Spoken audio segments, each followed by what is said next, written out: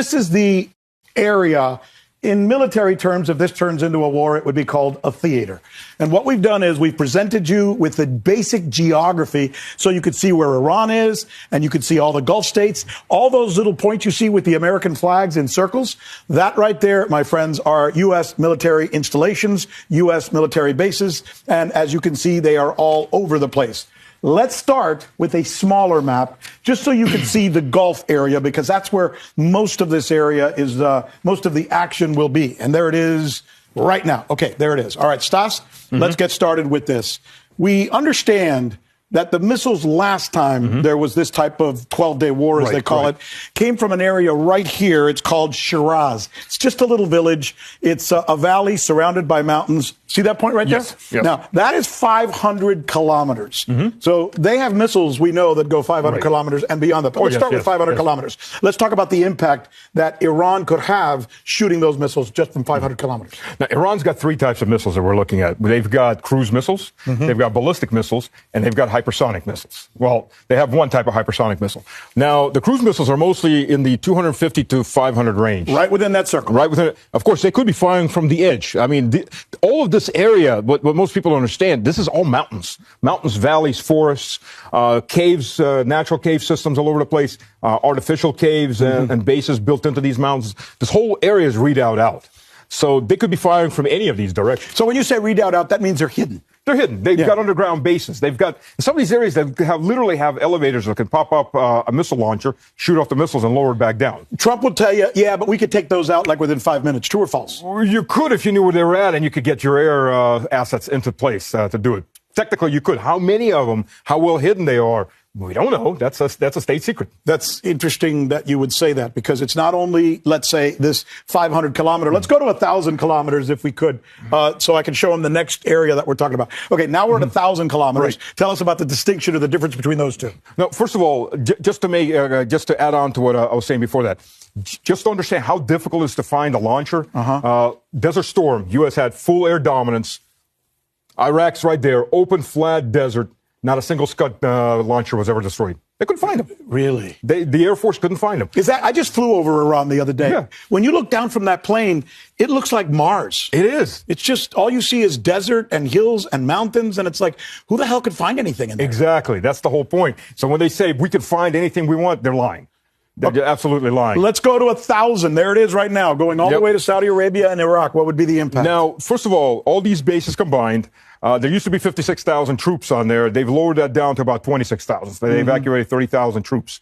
But there's 30,000 troops, American troops, that's Air Force, Army, Navy, on these bases that are in striking range. And when you're talking 500 kilometers... That's U.S. fighting men and women. That's right, U.S. fighting men. Give me that number again. Right now, 26,000. 26,000. That's not counting Iraq and Syria. Now, we'll get to that. We'll get to that.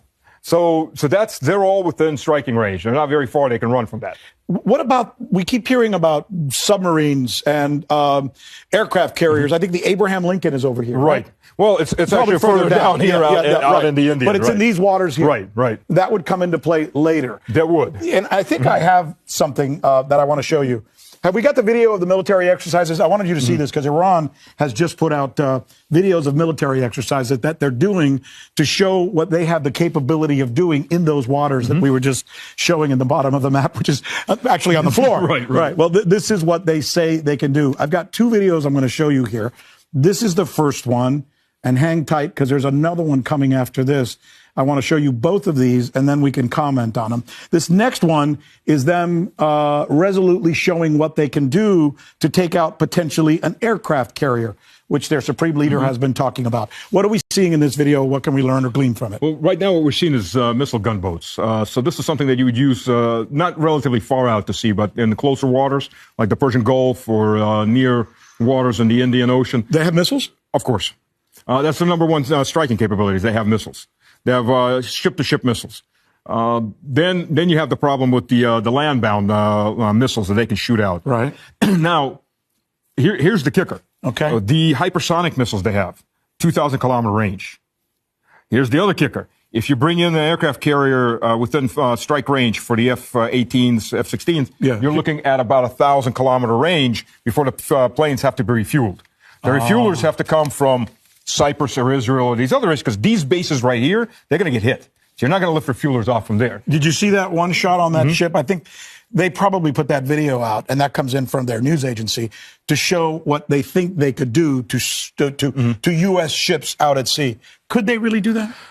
If they're close enough in, yes. If they're for the aircraft carrier like Lincoln, they would use the hypersonic missiles. Now, here's I have that for you. Don't mean to interrupt. No problem. Since we have the video, let's show it. Let's see the video of the hypersonic. This is they call this the Fatah 1. Right. Here it is.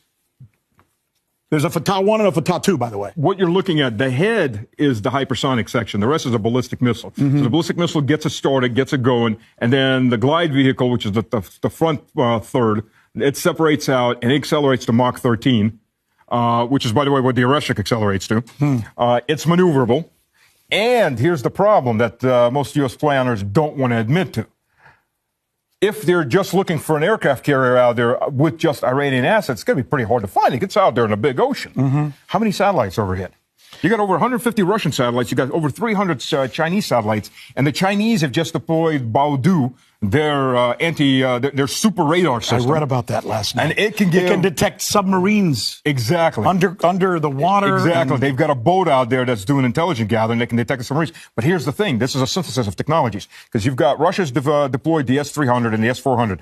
The S-400 can run everything on its own in a smaller section. Fighter planes, bombers, other launch systems, the control point. It can track the 72 targets, service 24 of those targets at a time.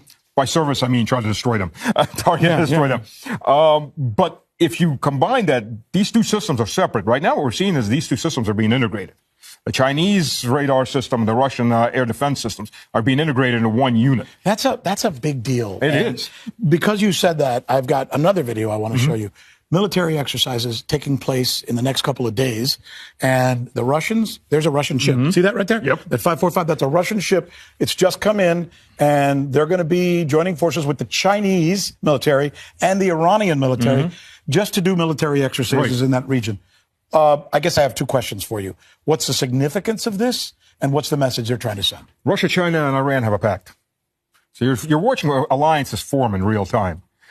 This is a direct threat to the U.S. Don't